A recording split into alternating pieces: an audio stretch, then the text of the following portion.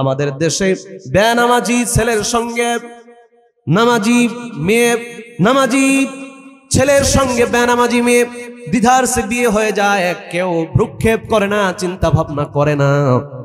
খেয়াল করবেন, সৌদি আরবের ফতোয়া, এটা আমি খুতবার ভিতরে বলেছি, বেনামাজি ছেলের সঙ্গে নামাজি মেয়ের বিয়ে নাই, আবার নামাজি ছেলের সঙ্গে বেনামাজি মেয়ের বিয়ে হবে না, বিয়েই হবে না। আপনি দিলেই কি আর না দিলেই কি। এই জন্য যারা বিবাহ পড়ান, আমাদের বল্লা সমাজের ভিতরে যত ওয়াক্তিয়া মসজিদের ইমাম আছেন, আপনাদেরকে নির্দেশ দিলাম আজকে থেকে, খবরদার কোন মানুষ যদি বিবাহ পড়ানোর জন্য আপনাকে দাওয়াত করে নিয়ে যায়, আপনি প্রথমে জিজ্ঞেস করবেন এই পাত্র এবং পাত্রী দুইজন 5 ওয়াক্ত সালাত আদায় করে কিনা। 5 ওয়াক্ত সালাত আদায়কারী হলে বিবাহ পড়াবেন, আর না হলে সেখান থেকে ফিরে আসবেন। আলেমের একটা ব্যক্তিত্ব আছে, পার্সোনালিটি আছে, আপনাকে গোলামি করার জন্য মসজিদে নিয়োগ দেওয়া হয় নাই।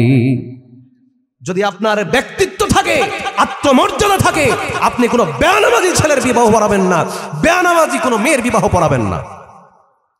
সাবধান। যদি আপনার কাছে ওয়াদা করে যে হুজুর আজকে থেকে ওয়াদা করলাম, এই আপনার সামনে তওবা করছি, আগামী ওয়াক্ত থেকে এখন যে অবস্থা আছে, সামনে আসরের ওয়াক্ত বা মাগরিব ওয়াক্ত, এখান থেকে শুরু করবো, আর সালাত ছেড়ে দেবো না, তওবা করলাম আপনার সামনে, এইরকম ওয়াদা দিলে বিবাহ পড়াবেন, না হলে ওখান থেকে প্রস্থান করবেন, চলে আসবেন। চাকরি থাক বা যাক, কোনো যায় আসে না, রিজিকের মালিক আল্লাহ। কথা কোন ঠিক কিনা? সম্মানিত উপস্থিতি, আমি খুতবার ভিতরে আমার কর্তৃপক্ষ সামাজিক নেতৃবৃন্দের প্রতি আহ্বান করেছিলাম, আসলে নরম নরম কথা বক্তব্য দিয়ে কখনো সমাজ সংস্কার হয় না। এখানে কিছু শাসন, কিছু নিয়ম কানুনের দরকার আছে না নাই? বল্লা মসজিদে যদি বেনামাজির লাশও যায়, নামাজির লাশও যায়, তাহলে পার্থক্যটা কি হলো?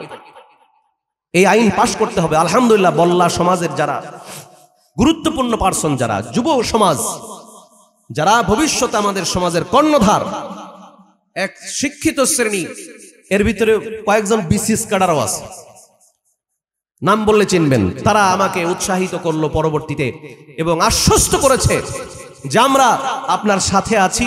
সামাজিক নেতৃবৃন্দকে বুঝিয়ে যত আমাদের চেষ্টা করা দরকার, কোনো কমতি থাকবে না। বল্লার মতো ঐতিহ্যবাহী মসজিদে কোনো বেনামাজির জানাজা হবে না।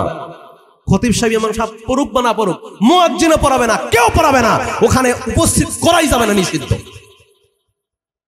স্কুল মাঠে পড়ান, মাদ্রাসা মাঠ আছে সেখানে পড়াবেন, কোনো বেনামাজির লাশ যেন মসজিদে উপস্থিত করা না হয়। এ ব্যাপারে আলোচনা চলছে, শীঘ্র ইনশাআল্লাহ এই আইন পাশ করা হবে এবং ঐতিহ্যবাহী এই বল্লা সমাজ আমরা সেইভাবে প্রস্তুত করব, সংস্কার করব, যেন ভবিষ্যতে এই সমাজ সারা বাংলাদেশের জন্য একটা আদর্শ, একটা মডেল, অনুসরণীয় সমাজে পরিণত হয়। বলেন আমিন। আল্লাহ কবুল করেন, বলেন আমিন। এই আইন পাশ করলে আপনার ক্ষতি আছে, অনেক ভাইয়ের ক্ষতি আছে। ক্ষতিকার জানেন? যারা বেনামাজি তার ক্ষতি। অনেক কথা শুনেছি ইতিমধ্যেই। আসলে ইসলামী আইনের বিরোধিতা করে তারা, বোতলখোর মদখোর যারা, জানেই যে ইসলামী আইন পাশ হলে আমার খবর আছে 80টা করে বেত্রাঘাত করবে, বড় বড় বোতল নিষিদ্ধ হয়ে যাবে, খাবো কি তখন?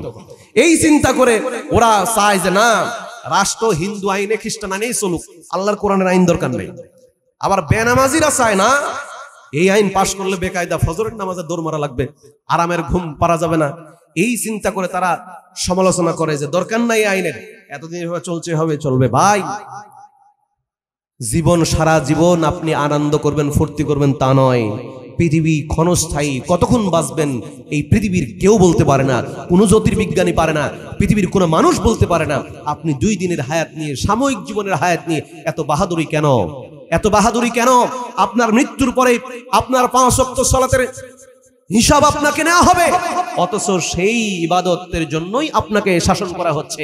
এই শাসন যদি না মানেন, বিরোধিতা করেন, কিয়ামতের মাঠে আল্লাহর সামনে জবাবদিহি করা লাগবে। মনে রাখবেন, সাবধান। যদি মানতে পারেন আলহামদুলিল্লাহ, না পারলে চুপ থাকবেন।